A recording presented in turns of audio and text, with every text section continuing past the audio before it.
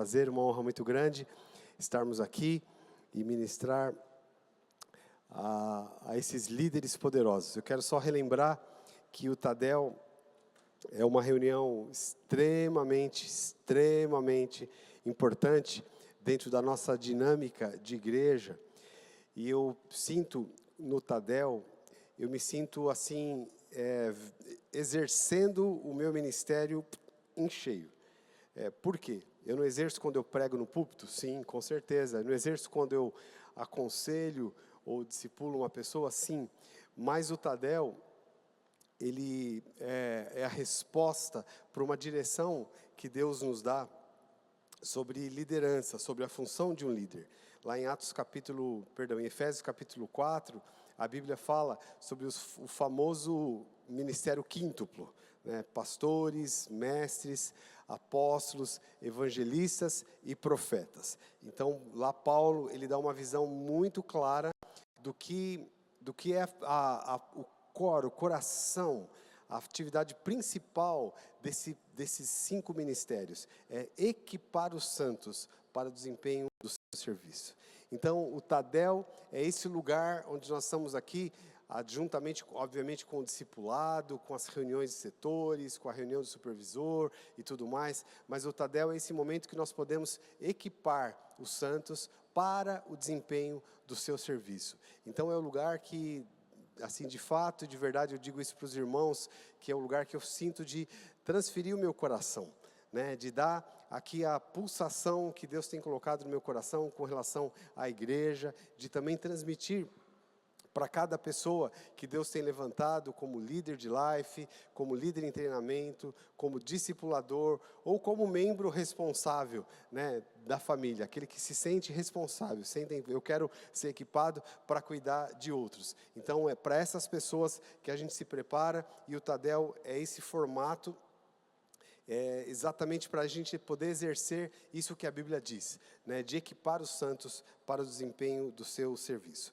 E hoje eu quero tratar aqui com vocês um assunto bem importante, e é um assunto que está muito em alta na nossa sociedade, né, sobre automotivação. É algo que está muito em alta, né, se fala muito a esse respeito, mas eu quero trazer isso para o panorama bíblico, né? O que é automotivação? Então, motivação, queridos, vocês já sabem disso, algo extremamente importante que diferencia as pessoas que são bem-sucedidas daquelas que ficam só ali no medíocre, no mediano, né? Uma pessoa bem-sucedida em qualquer área, você pode pegar uma área, qualquer área acadêmica, empresarial, qualquer área. Se você for pegar um líder de destaque numa área, em qualquer área que seja, e você vai destrinchar um pouquinho da vida dessa pessoa, você vai encontrar esse ingrediente. Essa pessoa tem uma motivação alta, ou uma automotivação. Ela tem algo que impulsiona dentro do coração dela, né? E não pode ser diferente, obviamente, no que diz respeito à tarefa mais importante do universo, que é cuidar de pessoas. A Bíblia diz, não diretamente, mas fica muito claro, que uma alma vale mais do que o mundo inteiro. Então, cuidar de pessoas, pastorear pessoas, aconselhar pessoas, liderar pessoas rumo a esse projeto eterno da construção da igreja, é a tarefa mais, sem dúvida, a tarefa mais importante do universo, porque é aquilo que vai durar para a eternidade. O resto vai acabar por aí, né? Vai acabar por aí. Esses dias, eu estava conversando com uma pessoa que estava comentando de um homem muito rico, multimilionário, e com muitas coisas, com muitas propriedades, que do nada o cara teve um infarto lá e morreu. E eu fiquei pensando, eu falei, cara, que oportunidade esse camarada teve de usar esse recurso para ir junto com ele para a eternidade, porque aquilo que você faz por Cristo, você leva com você para a eternidade. Você vai colher frutos disso na eternidade. Agora você tem tanto investimento e vai ficar para alguém usar, alguém vai brigar por ele. Então não é a forma mais inteligente, né, de usar o nosso tempo, o principal do nosso tempo. Então a tarefa que nós fazemos de cuidar de pessoas, de cuidar de vidas, é a tarefa de longe a mais importante de todo o universo. Porém, se lá fora, né, as pessoas que fazem as coisas e são bem-sucedidas, elas têm por trás a automotivação, quanto mais aqui. Quanto mais nessa tarefa que nós vamos fazer, que nós fazemos, que nós estamos sendo treinados para fazer. Então vamos lá, o que é a definição aqui de motivação?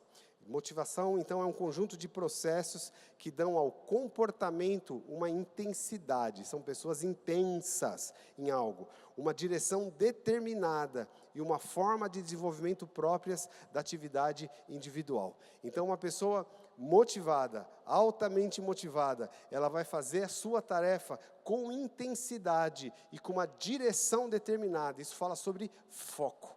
Não são pessoas que estão, cada hora de um lado, o vento sopra, a pessoa está variando de acordo com o vento. Não, ela tem foco. Então, motivação, a automotivação, ela é isso, ela determina isso. E tem uma outra definição aqui também, que entendemos por motivo, algo que impulsiona o organismo à ação, ou que sustenta, ou que dá direção à ação, quando o organismo foi ativado. Nós fomos ativados o dia que nós nascemos de novo, né? Foi ali a ignição.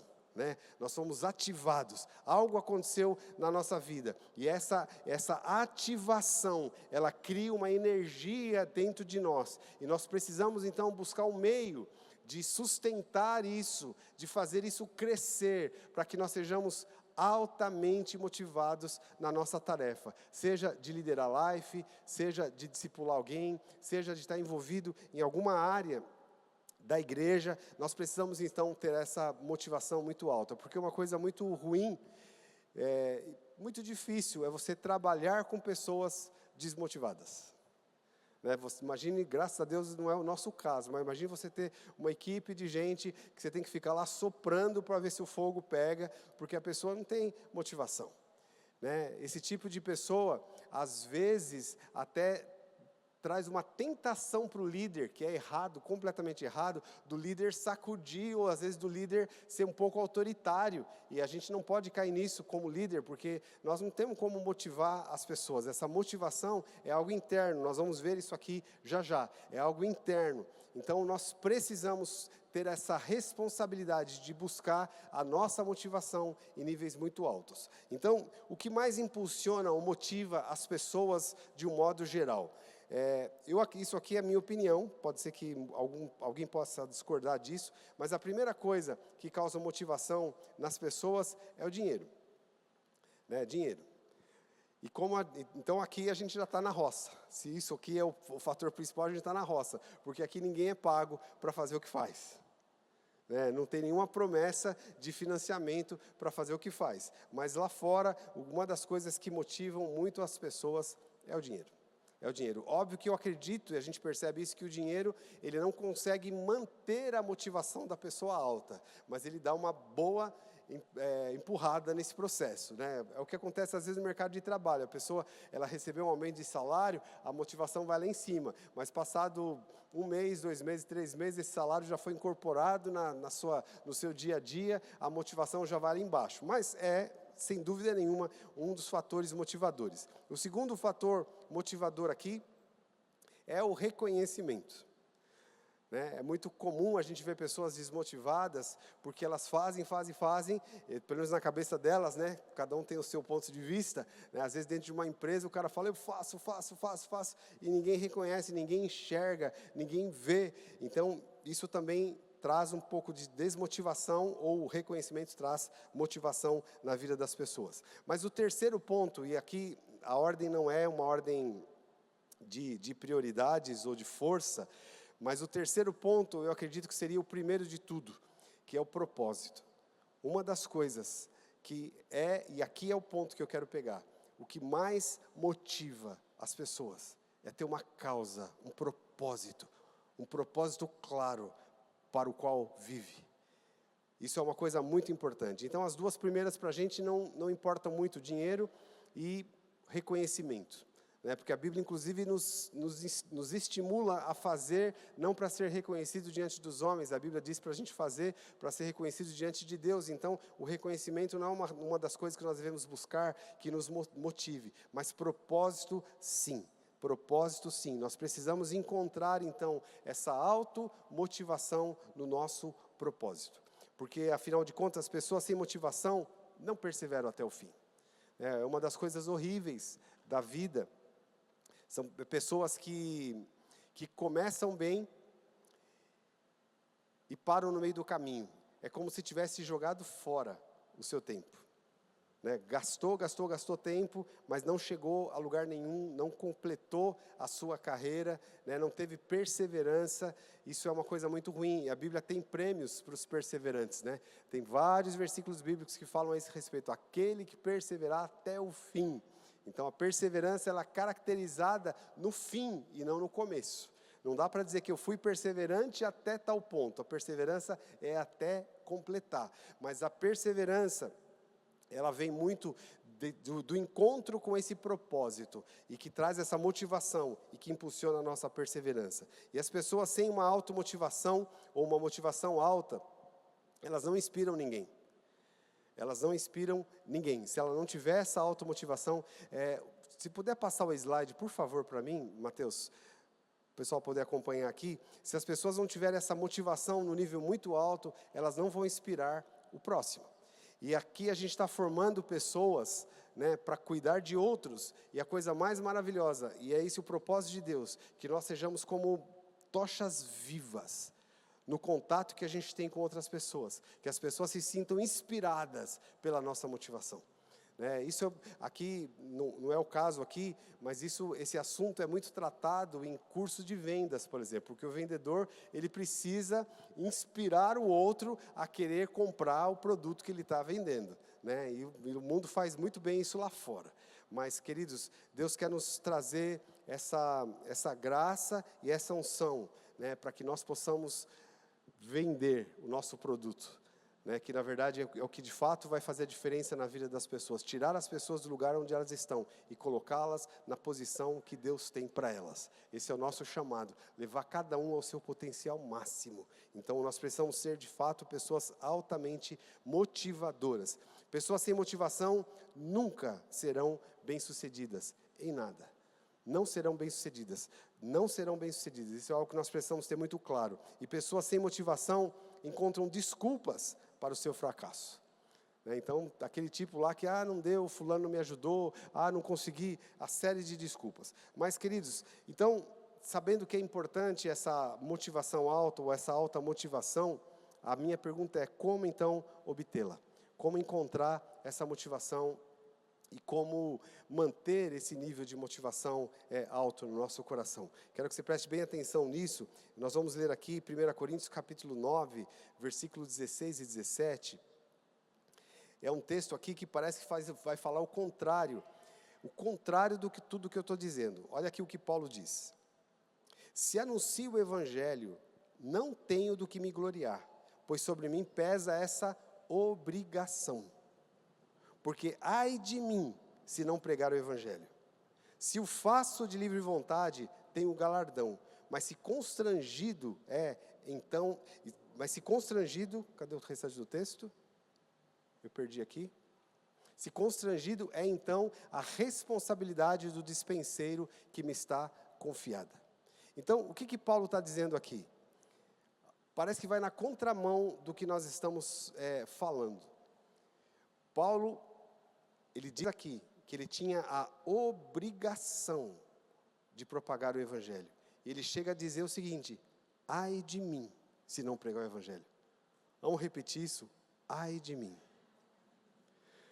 Talvez alguns, eu acho que não é o caso aqui, talvez alguns pensem assim: ai de mim, se eu não for para o Tadel.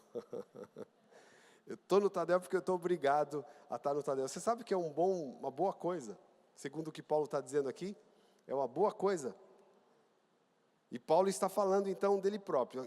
A gente não vai ler muitos versículos aqui nesse capítulo 9, mas eu te aconselho, se você quiser entender um pouquinho o cerne de tudo isso, você ir lá para 1 Coríntios 9 e ler todo esse capítulo, mas só um panorama aqui geral. Paulo está falando, ele está tratando com uma igreja que ele fundou, que ele investiu pelo menos 1 ano e meio da vida dele, e a hora que isso era muita coisa, porque o apóstolo Paulo não ficava muito tempo nas igrejas que ele plantava, mas a igreja de Corinto ele ficou um tempão. Só que agora a igreja de Corinto virou as costas para Paulo, eles encontraram super apóstolos, eles financiavam esses super apóstolos, e esses super apóstolos, que Paulo não diz quem é, né, mas eram pessoas ricas, aquelas pessoas pomposas, e eles começaram a desprezar Paulo. Paulo é pobre.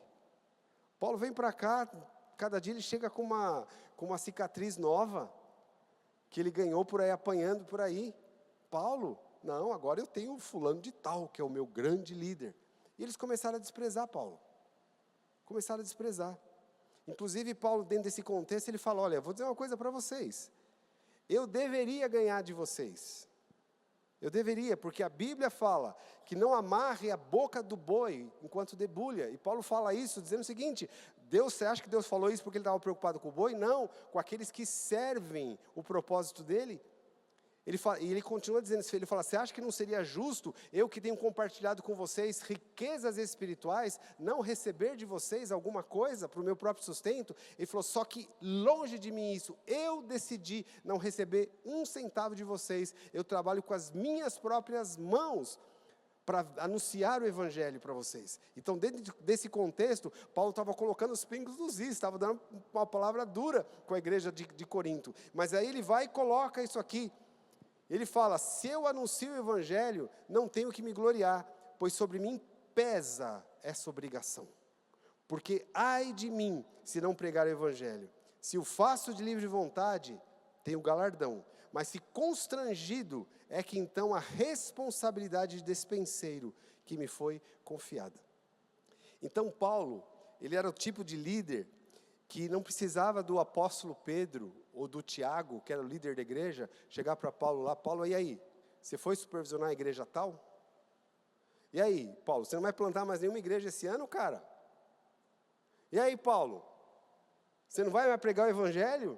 Ele não precisava de ninguém para fazer isso, porque ele tinha uma obrigação dentro dele, o impulsionando a fazer o trabalho. E que obrigação era essa?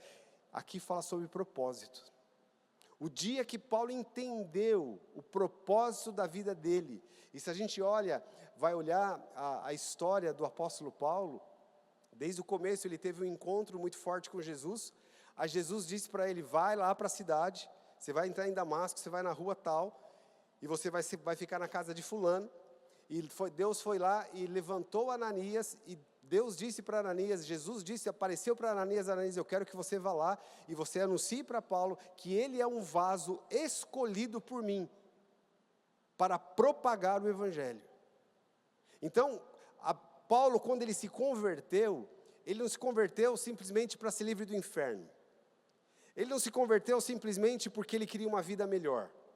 Porque ele mesmo diz, ele fala lá para a igreja de Filipos, ele dá as credenciais dele, falou, cara, se vocês lutam por um título de romano, eu tenho por nascimento. Eu fui criado aos pés de Gamaliel. Eu sou fariseu, nasci ali como fariseu, ganhei esse título de fariseu, de líder. Ele falou, só que tudo isso eu considerei como esterco quando eu encontrei Cristo. Quando eu encontrei Cristo, tudo isso para mim foi um esterco. Então, Paulo assumiu ali uma visão de propósito. Ele fala, eu sei para que eu existo. Eu sei para que eu existo. Então, é mais ou menos aqui, esse copo, por exemplo, esse copo está cheio d'água. Nenhuma novidade, porque esse copo é para conter algum líquido. Esse é o propósito, esse é o projeto. Esse copo foi construído para isso, para conter líquido. Então, num certo sentido, ele é obrigado a se moldar e viver para esse propósito. E Paulo entendeu isso. O dia que ele entendeu isso dentro dele, então essa palavra pesada que ele dá a respeito dele mesmo, ele fala, sobre mim pesa essa obrigação, porque eu entendi quem eu sou. E ai de mim, se não anunciar o evangelho. Então ele tinha algo dentro dele, não era externo, algo dentro dele que o impulsionava. Agora, vamos ser honestos, queridos.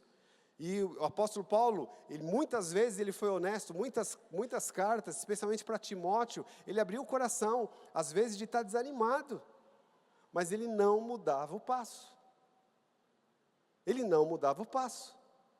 Estou desanimado, está difícil, está complicado, mas eu não mudo, porque ele tinha algo dentro dele, que era essa automotivação, que era fruto da revelação do seu propósito, que o impulsionava a ir para frente. Gostando ou não gostando, sendo aplaudido ou sendo vaiado, como era o caso da igreja de Corinto, a igreja que ele plantou, e os caras estavam lá, ele tem que mandar uma carta, ele chegou a falar para a igreja de Corinto, quer dizer que agora eu vou precisar de uma carta de recomendação de vocês, para o meu apostolado, para eu ter legitimidade como apóstolo. Aí ele fala, vocês são a minha carta escrita, não com tinta, mas a minha vida foi dedicada para isso. Vocês são a minha carta escrita. Então Paulo ele subiu muito o tom com essa igreja, mas no meio de tudo isso, ele entrega esse tesouro.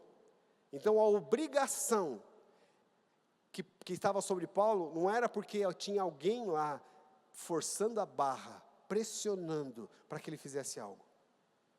Porque se nós precisamos de pressão externa, é porque a nossa motivação está lá embaixo.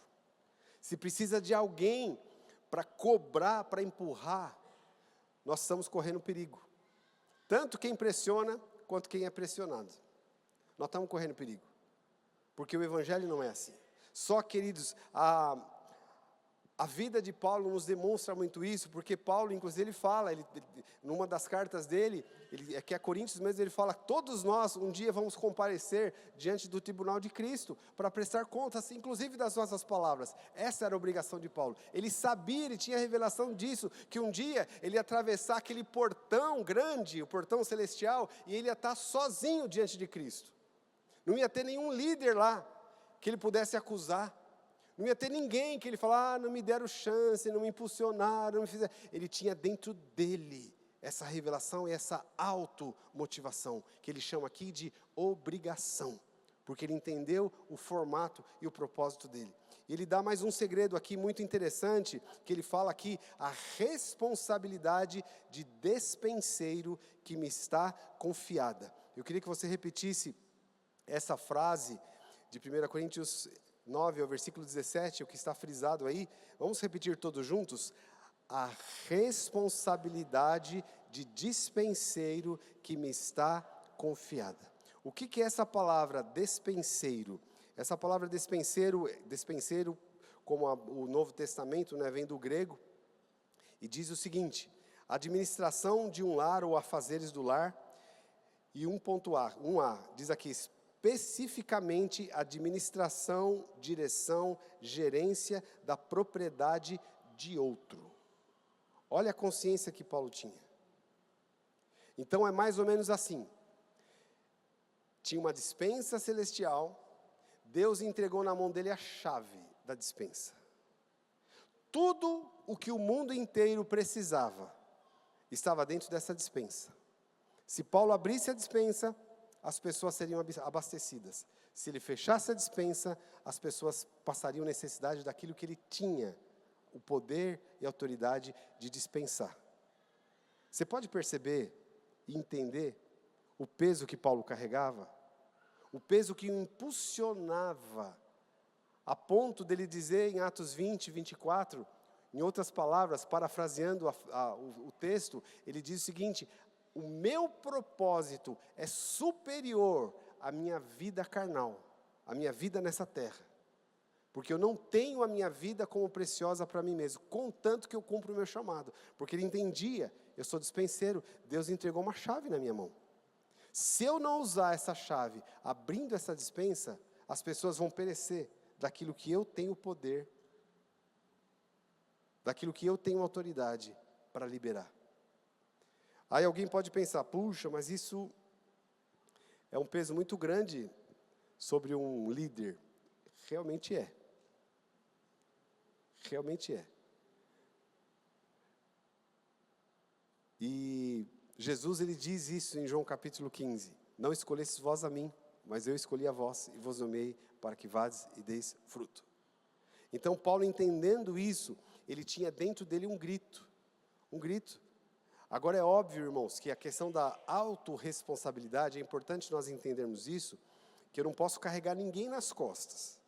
Eu carrego o meu propósito, o propósito que Deus me deu. Agora, se alguém não recebe aquilo que eu entreguei, a pessoa nunca vai poder me acusar. Aliás, Paulo diz em Romanos 1, que ninguém nunca vai poder acusar ninguém de não ter conhecido a Jesus, porque a Bíblia diz claramente lá em Romanos capítulo 1, que há um código espiritual que Deus selou no coração do homem, e torna todo homem indesculpável diante de Deus. Então, no interior do homem, existe um código que diz, que clama, Deus existe, eu preciso dele. Todo ser humano, até o ateu. O ateu, para se manter ateu, ele tem que ser muito mentiroso. Ele mente tanto para ele próprio, porque ele está tentando apagar esse código que Deus colocou. Romanos 1 fala sobre isso, fala que todos são indesculpáveis diante de Deus. Porque Deus trabalhou nesse processo todo da formação do homem e selou lá dentro esse grito interior. Então, por conta disso, ninguém tem desculpa diante de Deus. Então, cada um tem a sua autorresponsabilidade. Mas, nós que temos a chave da despensa, a nossa responsabilidade é muito maior. Essa passa a ser a nossa obrigação, que é o nosso design, que é o meu propósito. E a gente precisa motivar uns aos outros, para não desviar desse propósito. Porque o diabo trabalha tentando brilhar na nossa frente, fazer luz brilhar na nossa frente, para nos desviar do propósito. E o próprio apóstolo Paulo, ele fala a esse respeito, nós vamos ver já. Eu não quero pular aqui, a gente vai ver já esse texto, em Coríntios mesmo ele fala sobre isso, mas Paulo, ele lutava contra ele mesmo, para que esse propósito e essa motivação não fosse apagada na vida dele. Mas continuando aqui, uma vez que eu conheço o meu propósito, eu sei que tenho obrigação também de prestar contas dele. Paulo sabia disso. Então, para quem que eu vou prestar conta? Para o meu supervisor? Para o meu discipulador? Para o meu pastor? Não. Deixa eu contar um segredo para vocês aqui. Se alguém chegar para mim e falar, olha, eu não vou mais, suponhamos que não acontece isso, graças a Deus, mas se alguém chegasse para mim e falasse, pastor, eu não vou mais poder cuidar do life, cuidar das pessoas, porque dá qualquer motivo, o que essa pessoa vai ouvir de mim?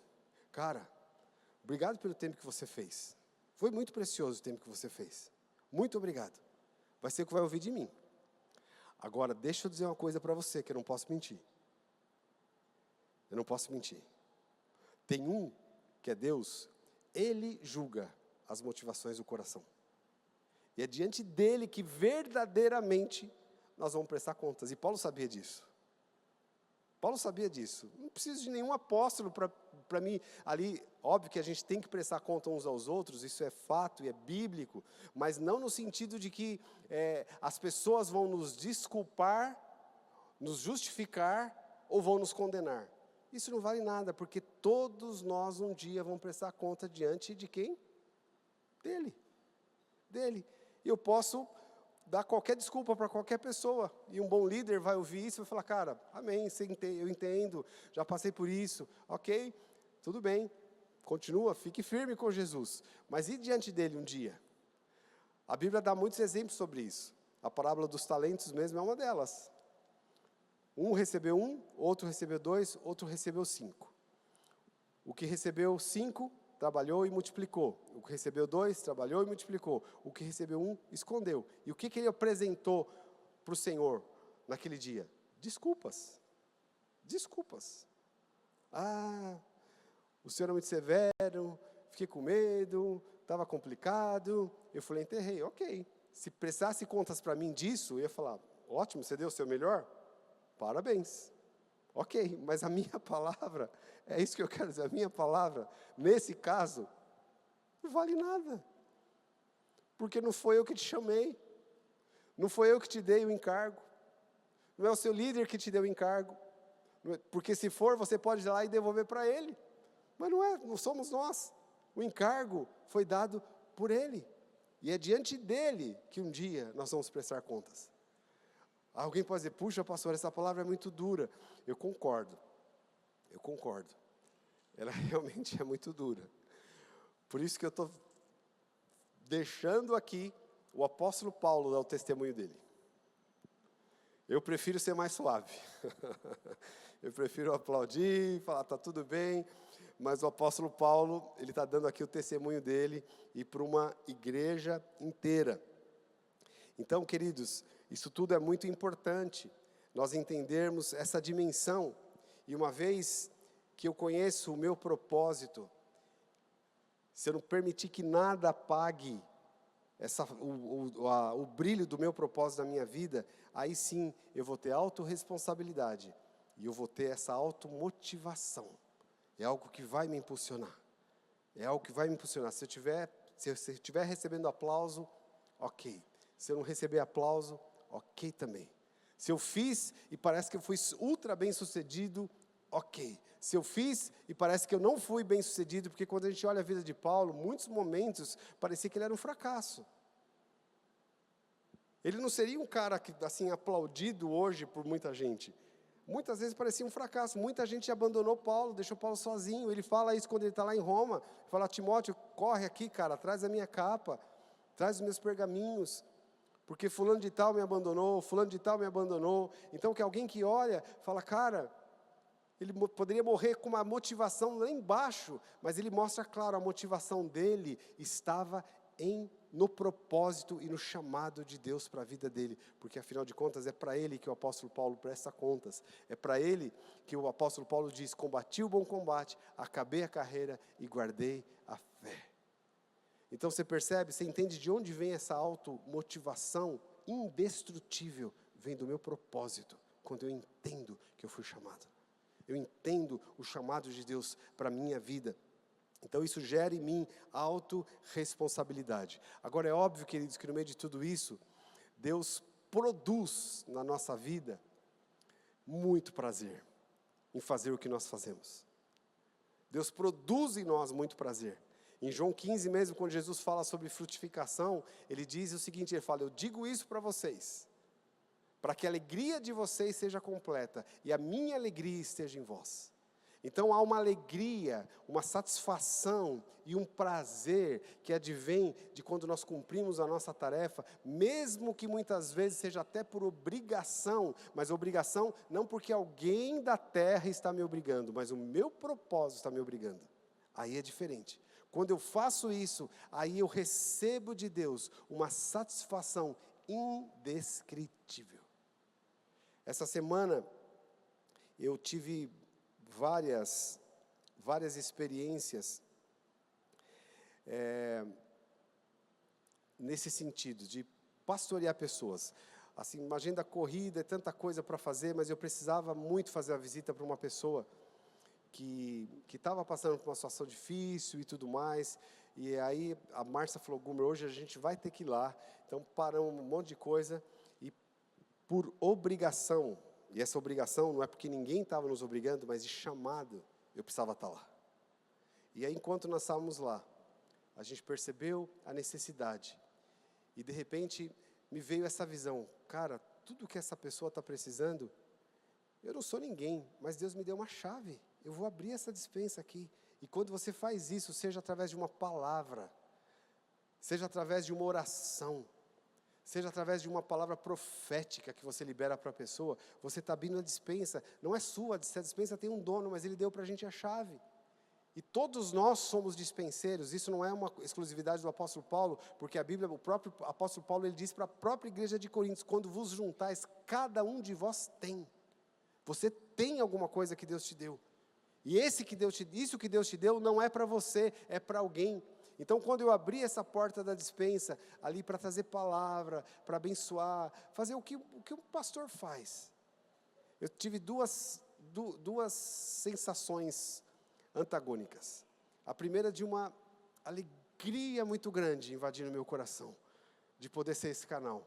Mas outra de uma tristeza, por que eu não vim antes?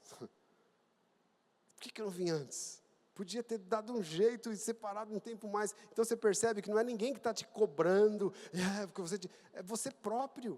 A própria pessoa estava super feliz com a minha visita. Puxa, você veio e tá. Ela não estava nem me cobrando, mas eu mesmo podia ter vindo antes. Porque Deus me deu esse tesouro.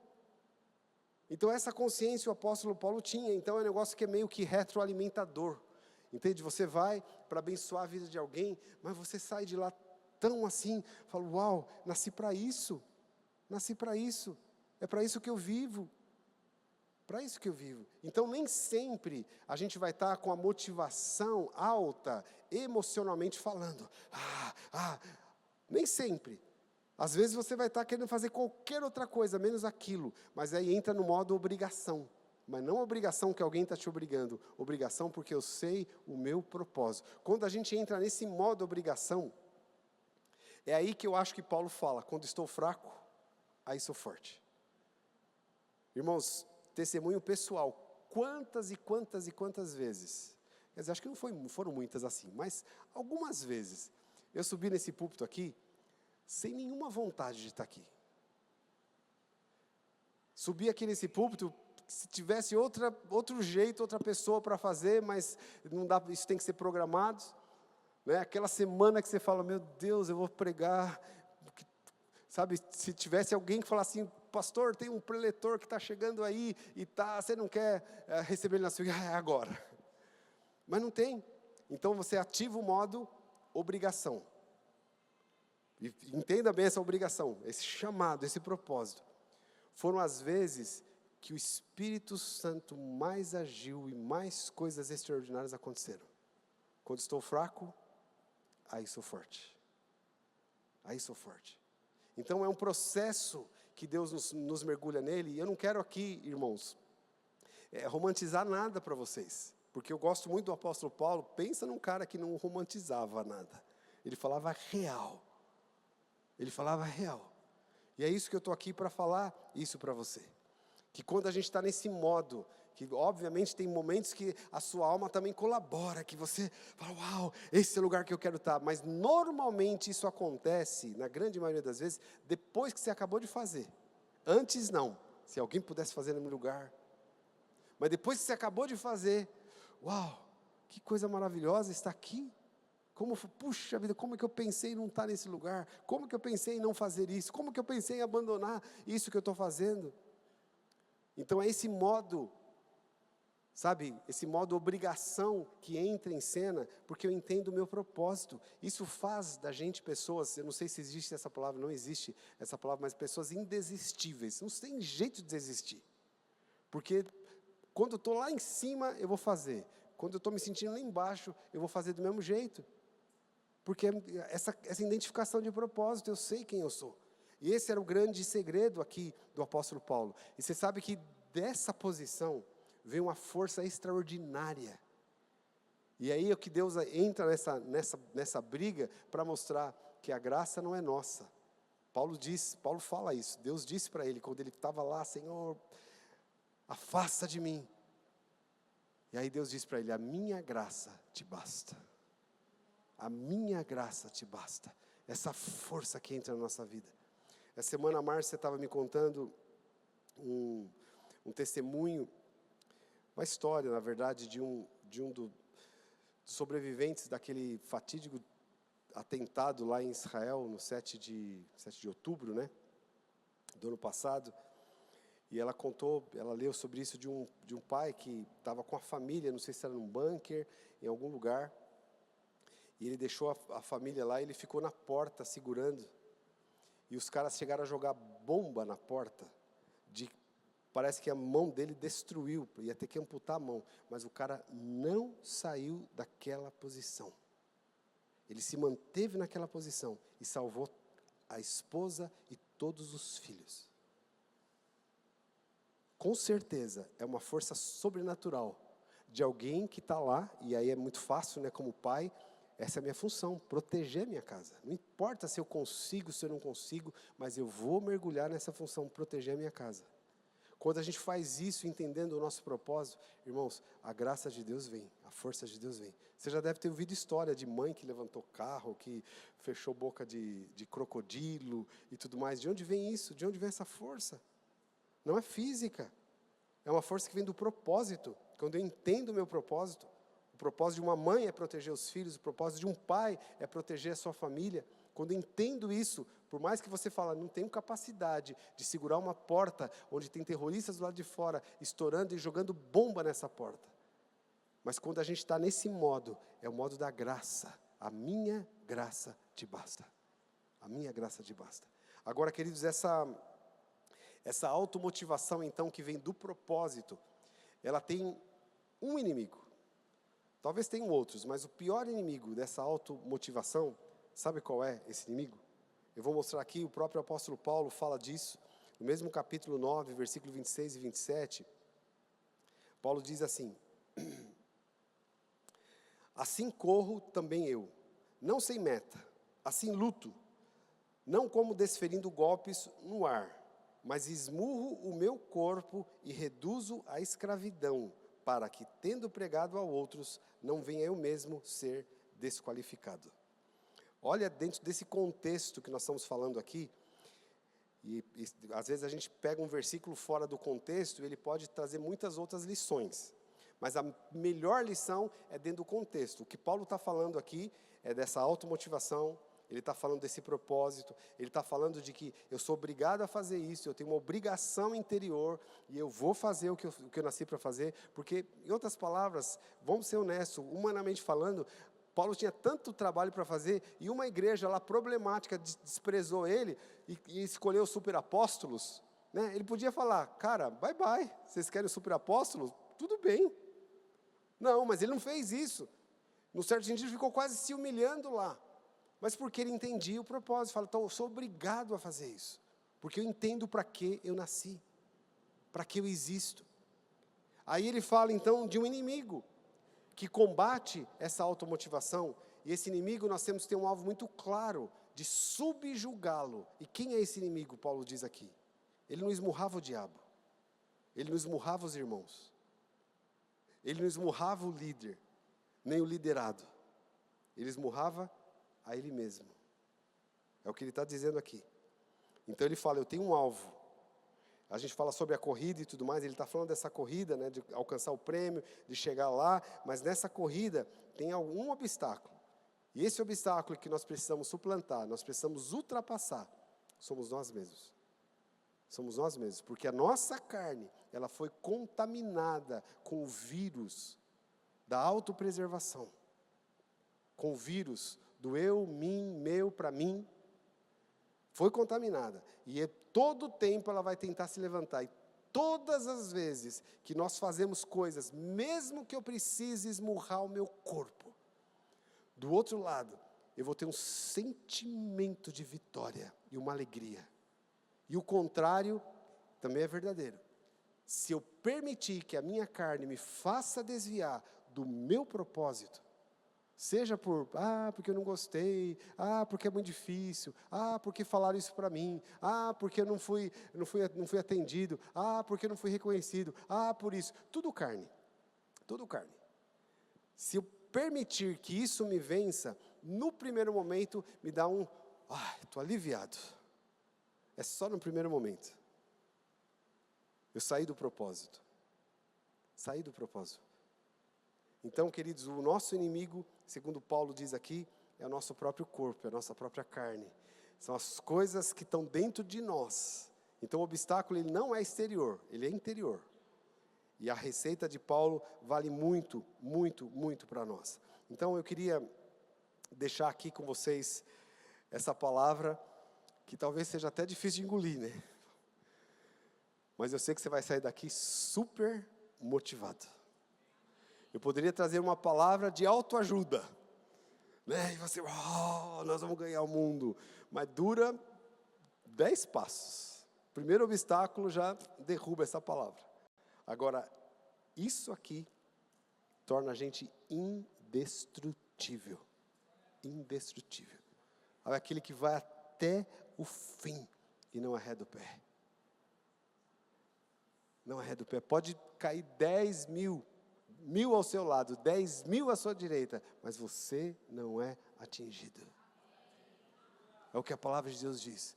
Irmãos, eu digo para você, pela graça e pela misericórdia de Deus, a minha vida até aqui tem sido isso. Tem sido isso. E daqui até o final vai ser isso.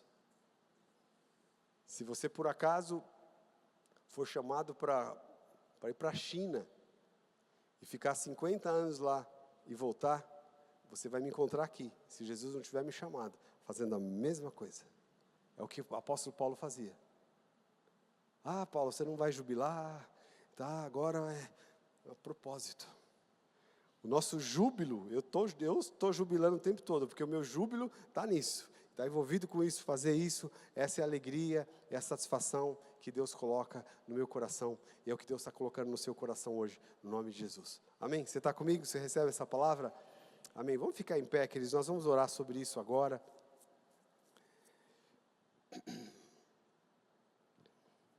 Hoje não foi aqui nenhuma palavra técnica, ainda que eu tinha um monte de coisa técnica para falar. Mas eu creio que o Espírito Santo queria gerar isso no nosso coração, ou ativar isso no nosso coração.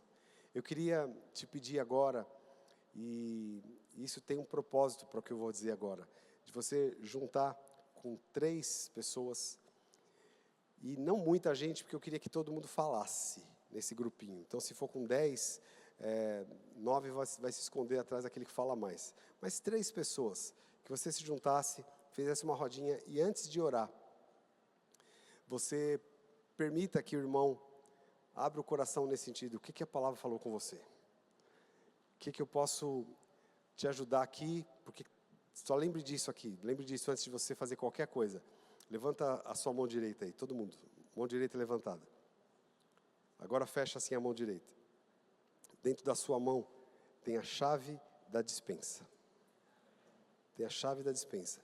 E agora, ao compartilhar uns com os outros, a hora que você ouvir alguém compartilhar, você vai abrir a despensa, seja através de uma oração, seja através de uma palavra profética, seja através de uma palavra de ânimo, mas você vai liberar um tesouro dessa despensa para o seu irmão. Amém? Então nós vamos fazer isso agora. Então junta aí em 3 pessoas, 2 ou 3, e você pergunta para esse irmão, para essa irmã que está perto de você, e aí, o que essa palavra falou com você? E deixa todo mundo falar bem rapidinho, e depois todos orem, por favor.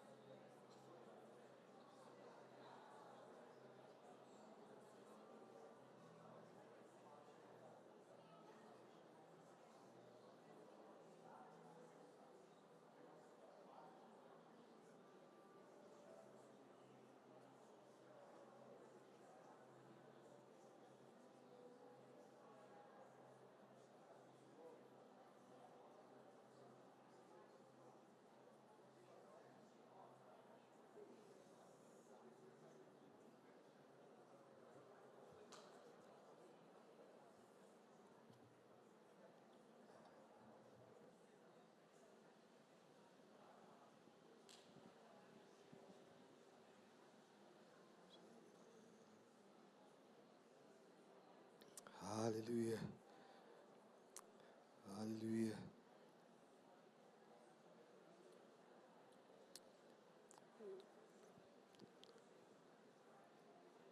Aleluia, glória a Jesus. Não deixe de orar uns pelos outros, declarar esse mover de Deus, essa unção, essa graça, em nome de Jesus.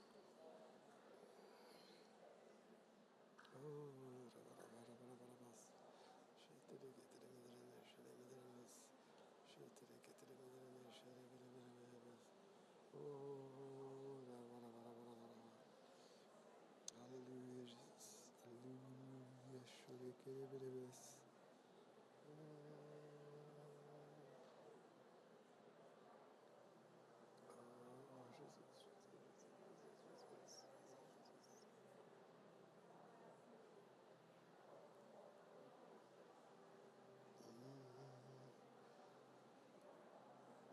Aleluia, Senhor.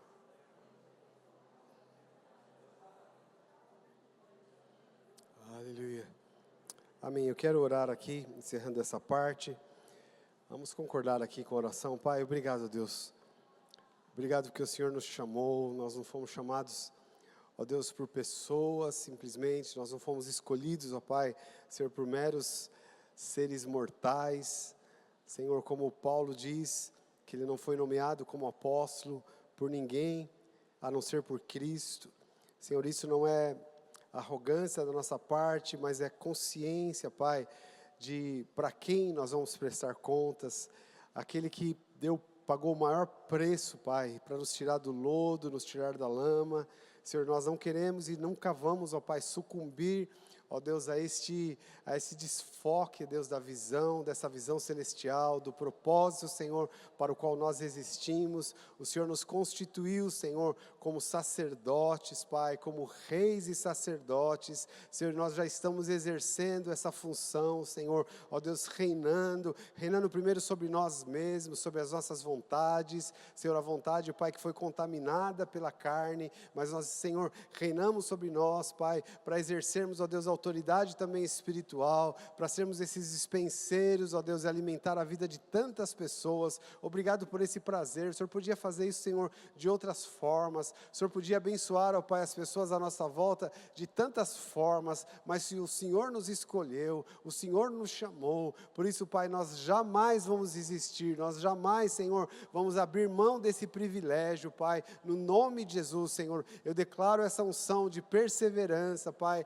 de conquista sobre a vida dos meus irmãos. Nós vamos ver, ó Pai, Senhor, já temos visto isso, Senhor, tanta gente sendo tocada, transformada. Nós declaramos, Pai, ó Deus, um crescimento, Senhor, genuíno, com qualidade, no nome de Jesus, Senhor, esse crescimento constante, consistente, Pai, ó Deus, de muitas igrejas sendo levantadas, ó Pai, através, Senhor, dos teus filhos que não voltam atrás, que não desistem, Senhor, no nome de Jesus, Pai, tanta gente sendo salva, tanta gente sendo curada, tanta gente sendo arrancada, Pai, das mãos de Satanás, os planos do diabo, Senhor, sendo frustrados, ó Pai, porque onde tem, Senhor, uma pessoa automotivada, super motivada, o diabo já perdeu, famílias inteiras o diabo tem perdido por causa disso, Senhor, porque nós não voltamos atrás, Pai, no nome de Jesus, Senhor, nós não precisamos, ó Pai, de aplausos, nós não precisamos, Senhor, ó Deus, de motivação humana, Pai, porque nós já temos dentro de nós, Pai, essa obrigação que nos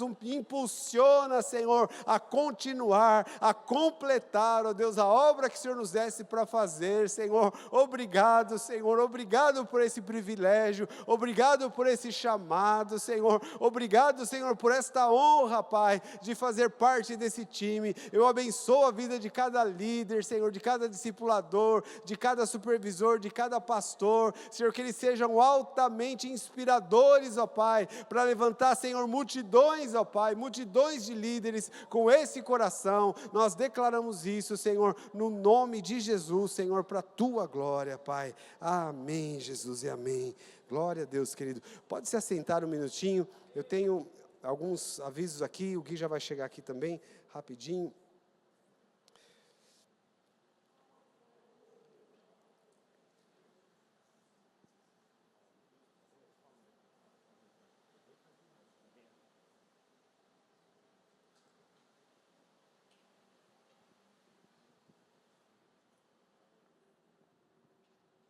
Glória a Deus.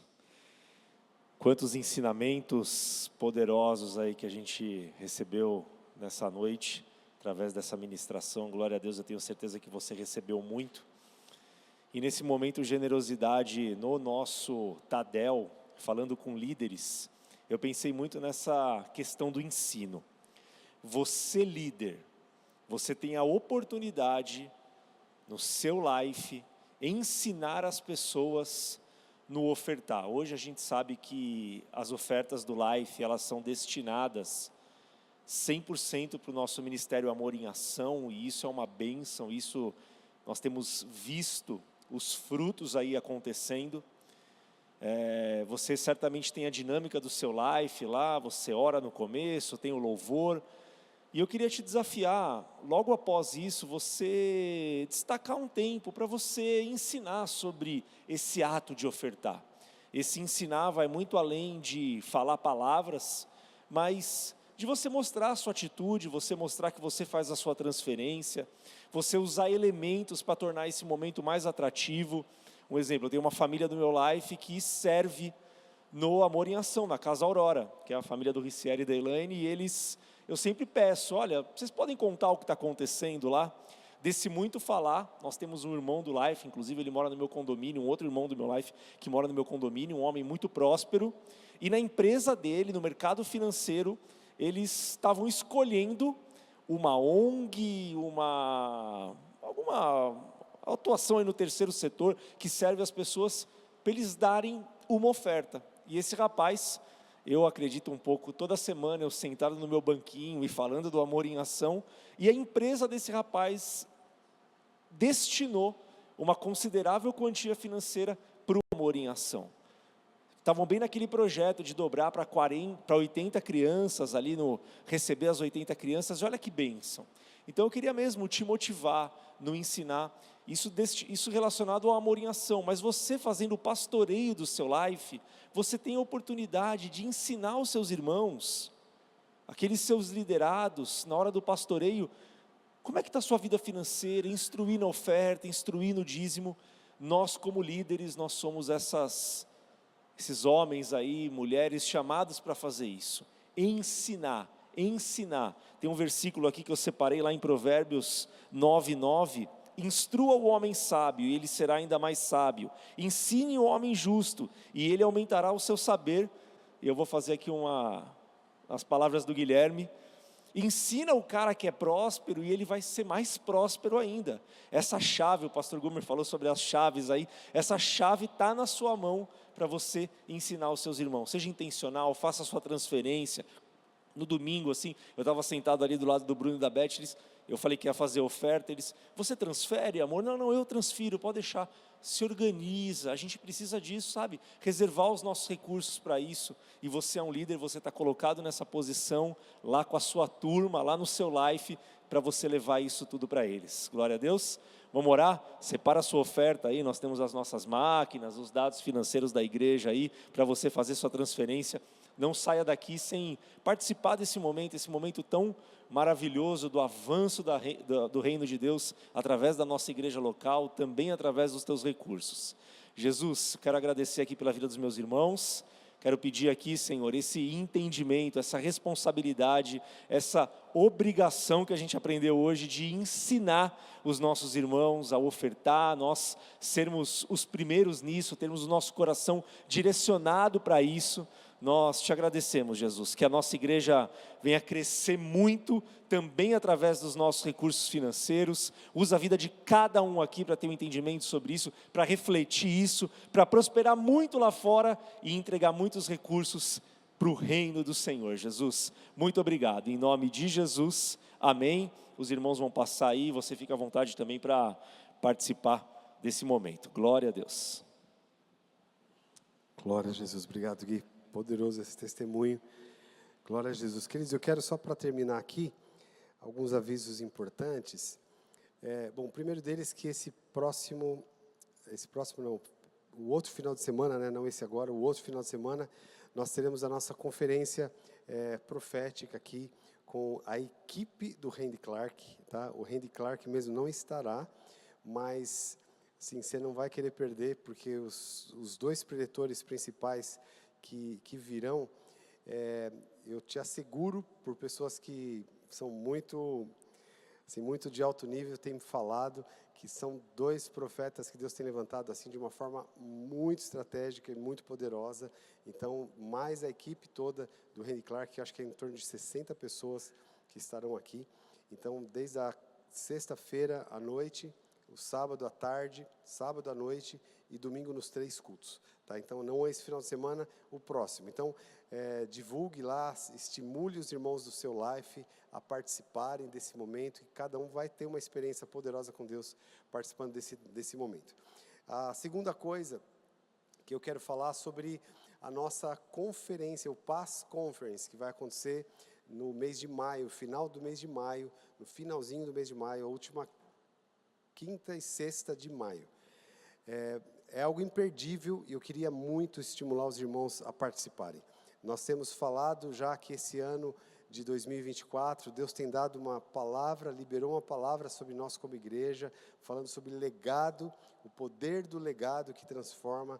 E essa conferência está dentro dessa visão e desse tema em vários sentidos. Primeiro, por causa da unção que vai acontecer lá, a palavra que vai ser ministrada, mas segundo, porque estando lá, nós também vamos estar honrando esse legado, e aquilo que você honra, você recebe. Então, vai ser um divisor de águas na nossa vida. Eu queria pedir muito para vocês, líderes de life, façam a sua inscrição, mobilizem o seu life para fazer as inscrições. Nós temos aquela possibilidade de cada 10 inscrições, tem desconto de 20% se fizer 10 inscrições juntos. Então, mobilize o seu life para fazer isso. Eu estava ouvindo um testemunho de um dos pastores da Past Church, não aqui de Barueri, mas de São Paulo, que lidera a Life numa região muito pobre de São Paulo, dentro de favela mesmo, e ele dando testemunho da mobilização que os irmãos fizeram dentro desses lives tão simples, né, de empreendedorismo, de vender coisa e juntar dinheiro para ir lá fazer inscrição, e vários irmãos, muitos vão estar lá baseado nisso. Isso honra a Deus, isso glorifica a Deus. Então, se a gente quiser, né, dar desculpa para não ir, a gente com certeza vai conseguir, que tem muitas, né, falta de tempo, falta de dinheiro, falta disso, falta daquilo, mas se a gente se mobilizar realmente para ir, eu garanto para você que você não vai voltar de lá e falar, puxa, que pena que eu vi. Você vai só pensar assim, pena que eu pensei em não vir, que pena que eu não motivei mais pessoas para virem, porque vai ser um marco muito forte na nossa vida. Então eu peço muito que você mobilize dentro do seu life, não só dê o aviso, porque se você der o aviso, as pessoas, legal, vai ter conferência, interessante. Agora, irmãos, vamos lá, vamos mobilizar, vamos fazer inscrição, quem pode, tá? E se mobilizar, você vai ver que as pessoas vão e vão te agradecer depois, tá? Então são esses 2 avisos. Tem mais alguma coisa?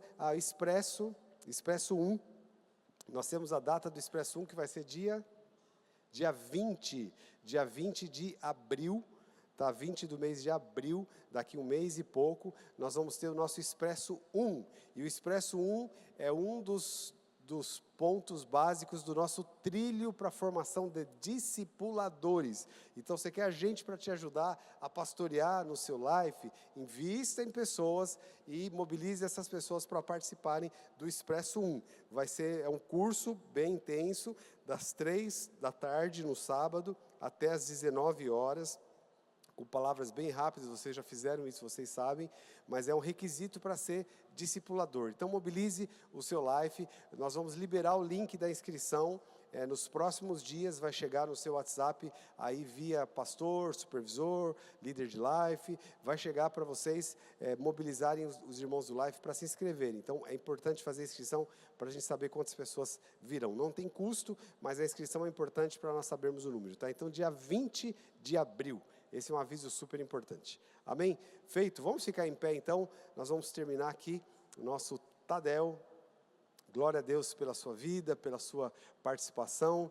E eu quero abençoar você aqui, abençoar o seu life, em nome de Jesus. Pai, obrigado, Deus, por esse tempo tão precioso. Obrigado pela vida dos meus irmãos, Pai, que estão aqui Senhor, que fizeram esforço, muitos deles, para estarem aqui, teriam motivos até para não estar aqui, mas estão aqui, Senhor, porque são altamente motivados pelo propósito que o Senhor tem dado a eles. Eu peço que esse propósito fique cada vez mais claro. Eu abençoo a vida de cada um, a casa, a família. Eu abençoo, ó Deus, os lives aqui representados. Senhor, que sejam lives prósperos, lugar de cura, lugar de salvação, lugar de integração. Eu declaro isso sobre a vida dos meus irmãos aqui, no nome de Jesus, e obrigado por esse tempo tão precioso, Pai. Louvado, honrado seja o teu nome para sempre. Amém. Que Deus abençoe, queridos.